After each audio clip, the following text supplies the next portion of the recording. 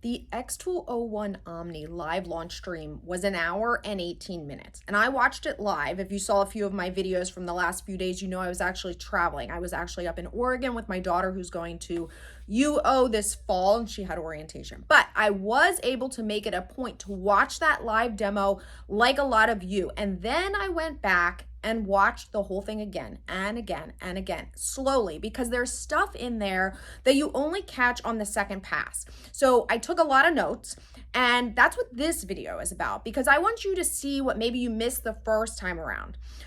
So as I said, I went back through my notes. I went through all of them. I went through the video very closely, and there are some things in there that you should know before you decide if you're going to plop your credit card down, basically wondering which machine to get, and is this UV printer the one that's right for you anyway. Okay, so I want to say one thing completely upfront. Almost none of what I am going to say is me making a claim. That's not what this video is about. This is xTool's own people, including their CEO, Jason, on xTool's stream on the record. So a couple of the things that I noticed is basically just someone with an eye of, and the context of, I've been doing this for a long time. 15 years working with these printers and the software every single day, doing tech help and different things like that. So that's why in this case, I'm able to kind of see sometimes things that aren't picked up, and I can tell you clearly what you should and shouldn't be looking for. Okay, so let's go. So first thing that I want to start with is that little dog sticker. Yeah, that didn't actually stick. So I'm starting here because this is the one that you wouldn't catch live probably, although I did catch it live, and I went back and I watched it over and over again to make sure I was seeing what I thought I saw. So what they did was they had a UV DTF sticker demo. It was a dog it had some polka dots around it, and they were putting it onto a white tumbler. And I want to be fair about the setup. The sticker was already printed and already laminated before the stream started. So what they were showing us was the application, how you put the sticker on the tumbler after it's already been through the new xTool laminator. So they applied it, and then the process is that then you have to peel basically that laminate away. Most of the polka dots came off with the sheet and did not stick. Only two, if you watch closely, actually stuck. So watch it again and count. Before the peel, there are dots all around the dog. And after, there's only one over by the head and one by the tail. And the rest of them stayed on the transfer, which of course, you didn't get to see that. Now, this is where the part where I tell you that this is me noticing something, but I wasn't the only one, because there was actually a comment in the live chat in real time from someone else watching who saw the same thing. So this person said, oh, don't, well, I don't know if he did that, but he said, don't, they didn't all stick to the cup. So it wasn't just me, and here's why this really matters. This is an experience thing. So little isolated pieces with nothing around them are the first thing that fail on UV DTF when you're peeling. So that is a known weak spot.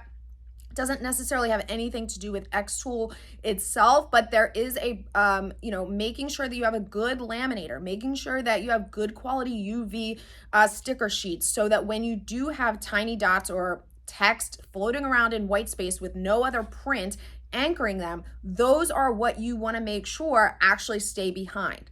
So I don't know if this is a fluke or if this is how it's going to go until I have the laminator myself, the machine myself, their film, their sticker, all of that. I'm not going to be able to give you a real good answer, but I do know that even if you think about it, the amount on a small item, the amount of adhesive, the surface area is just small. So you need to make sure that everything from, again, the sticker, adhesive film itself to the laminator are all top notch. Otherwise, you end up with details that are dropped. Okay, next thing, this was huge.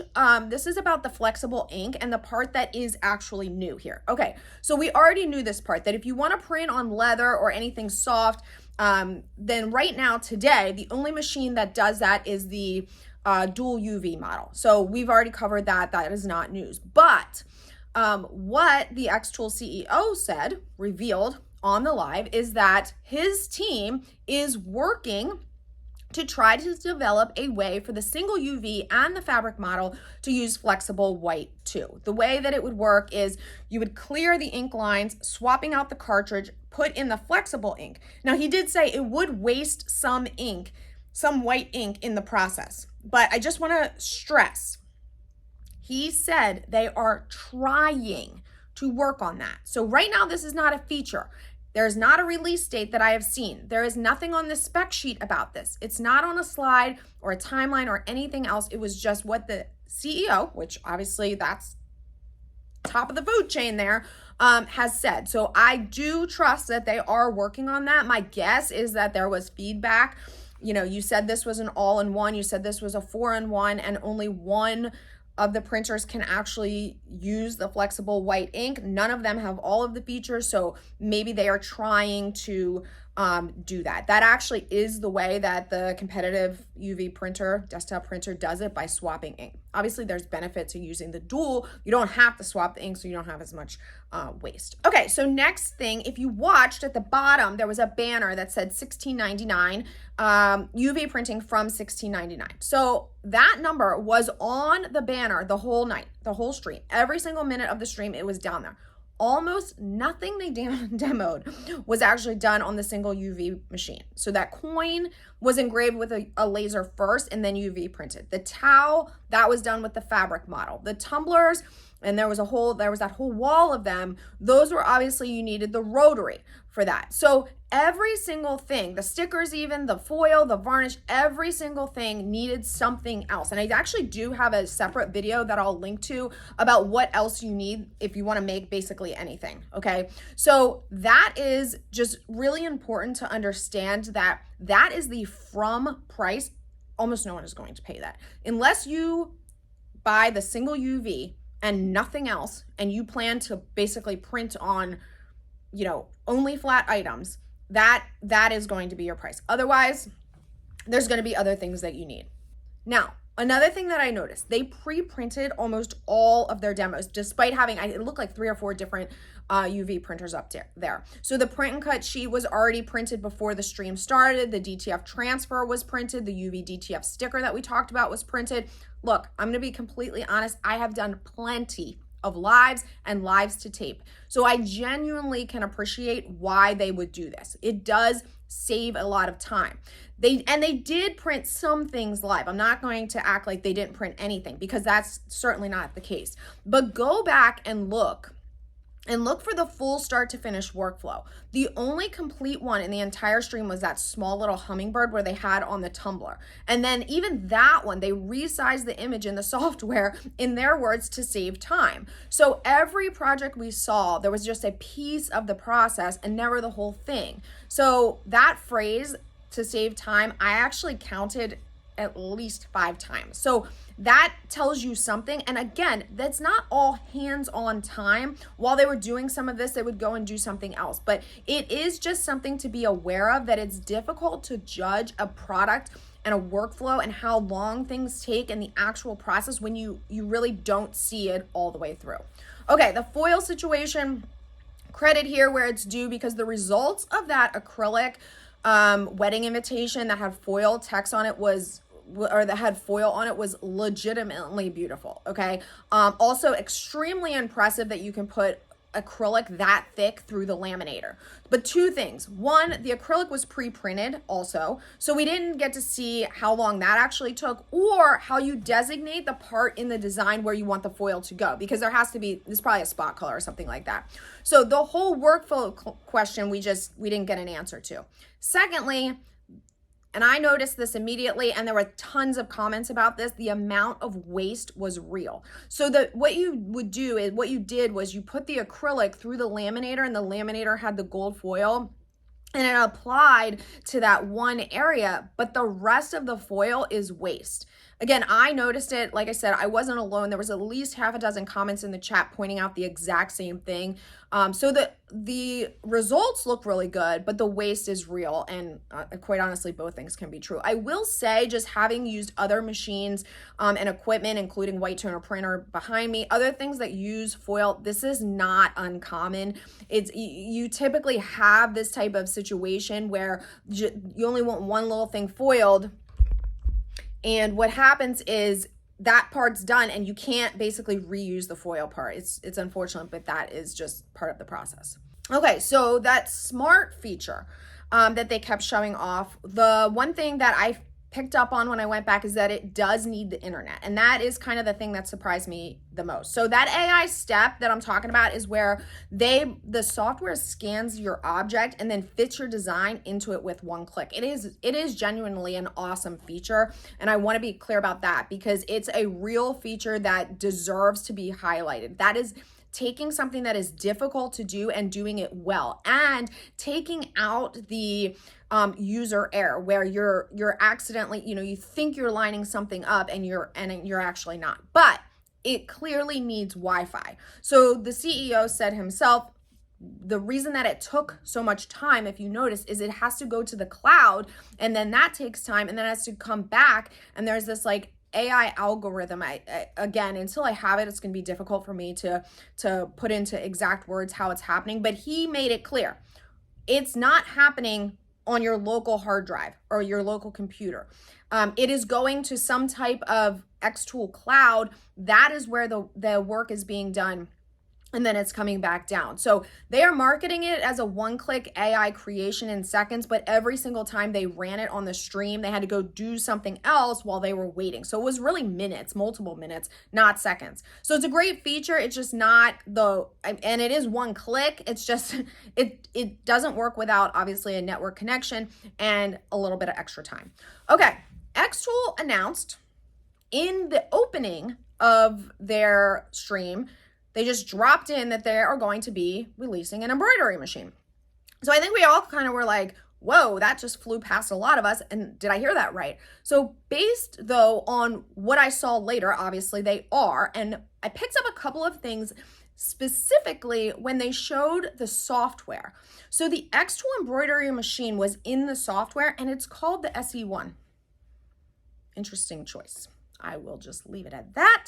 If you have an embroidery machine or you know of other models in this entry-level market, that is a very interesting model name. So it sews and it embroiders, and with xTool's alignment tools built into the software, there's a mode where you can embroider first and then DTG on top. They're, again, trying to keep people in their ecosystem is what they were showing, but I know that whole thing kind of confused a lot of people. I saw a lot of comments afterwards, people thinking that you needed an embroidery machine to use direct to garment printing. That is not the case. That is not what they were saying. It's just one very specific workflow. They didn't invent this method. It's been around. You can sublimate on polyester white thread just as well, but it does eliminate the need to have to keep changing out the thread color in a single needle machine. So that is the big benefit of that, and it would save time. And again, they use that AI feature to make sure that when you saw the towel with the white embroidery, once that was picked up and brought into the software, then the software itself could just put the printed area directly over that and it printed right on it. So you didn't end up with overspray or anything like that. That was actually the point of that, not that you needed to do it for DTG. Okay. So towards the end, they had like a whole slide of features and speed wasn't on it. So that one is kind of like read between the lines. They put up the slide. It had 7 what they called breakthrough innovations with their Omni Omni, 7 things they're super proud of. I actually think there's many more than that, but speed wasn't on there, which I think is kind of telling. On the machine, whose sales materials have been claiming that it can be faster, especially a while back, right? They talked a lot about in their early blog post earlier this year that the dual was going to be faster, and it turns out that it's really not. Now, I will point out one other thing that this may have also gone unnoticed, and one thing that is going to speed it up. If you noticed, when they were printing, I think it was when they were printing they were printing on the coin, okay? So obviously the coin is small. They had the bed, but the coin was just on one side. So what you noticed, maybe you didn't notice, is that the print head didn't travel the full distance across the bed, okay? The E1 from UV Make does. The print head goes all the way across. This takes time. So if you only have something small like this on a bed, and you're like, all this time here is wasted. What the Omni did is it just printed right like this. That is instantly. regardless of the print head, regardless of bio or unidirectional, regardless of how much ink is going down, just printing in the area of the item is instantly going to save you a significant amount of time. And that is actually a very big deal. So they didn't say that on their slide, but I caught that, and it's important. Okay, now, saved one of the best things for last. They showed, and this is again genuinely something that is very, very impressive, and that is that they have developed this print and cut automatic alignment. So I have said before that you can do this without their streamlined workflow, but their workflow does make it more streamlined and does make even, again, you don't have the user error potential possibility, or depending on a camera or your own vision. For those of you who need readers like me, you can understand this. So basically what you do is you print your design on the Omni. With it, it lays down a series of small registration marks. They looked like little circles. Then you throw that printed sheet into your laser, your xTool laser, and again, that masking situation, that software that the capabilities that they built into their software, that can read it. And on the stream, it was sitting, when they threw that piece in there, I think it was acrylic, or I'm not exactly sure what the material was. It could have been something like, anyway, it looked like it was white acrylic, but it could have been some type of board. I'm not exactly sure. Anyway, when they threw it in there, it wasn't even straight. It looked like it was like kind of crooked and backwards. And they click the auto align, and the machine goes, finds the marks, and puts the cut path exactly where it needs to be. So that is, again, a real cool feature and something that is actually very beneficial. It solves a problem that people have. So I've been telling you guys for weeks, like I said, that you don't need special compatibility for print and cut between a laser and a UV, but xTool has made it easier. One thing I will say, and this happens all the time whenever it comes to registration marks with print and cut, whether you're using your Silhouette or a Cricut or anything else that requires registration, those registration marks have to be put somewhere, and that always ends up taking up space. So you end up with a smaller printing and cutting area just because you need space for the registration mark. So just keep aware of that, okay?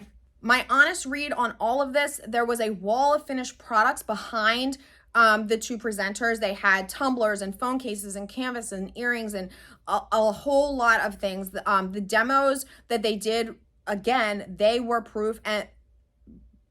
But what I can't stress enough is that there is a gap basically between what you can make and the process of making it, right? So it's not as simple as put a shirt in and print and now you have a shirt, okay? So I just want you guys to know that, and I actually have a whole other video on that, because a lot of times that is the type of stuff that doesn't come across, especially on a live stream when it is marketing. They're just trying to show you the potential and the possibilities of what the printer can do.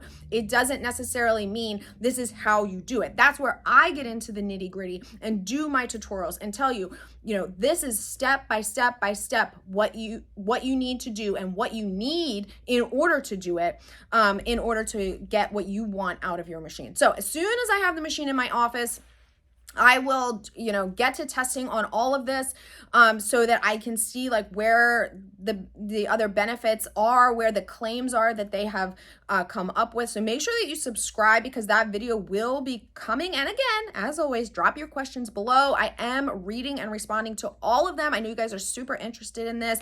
I know you guys are looking like, should I be spending the money on this? Is there another option? Is there something better coming? Like, can it actually do what I want it to do? So check out the full series. I think we're up to like 10 or 11 videos now in our Omni buying guide. And my purpose is literally just to help you make the right decision for you, because it might not be the same decision as someone else. All right, guys, see you soon.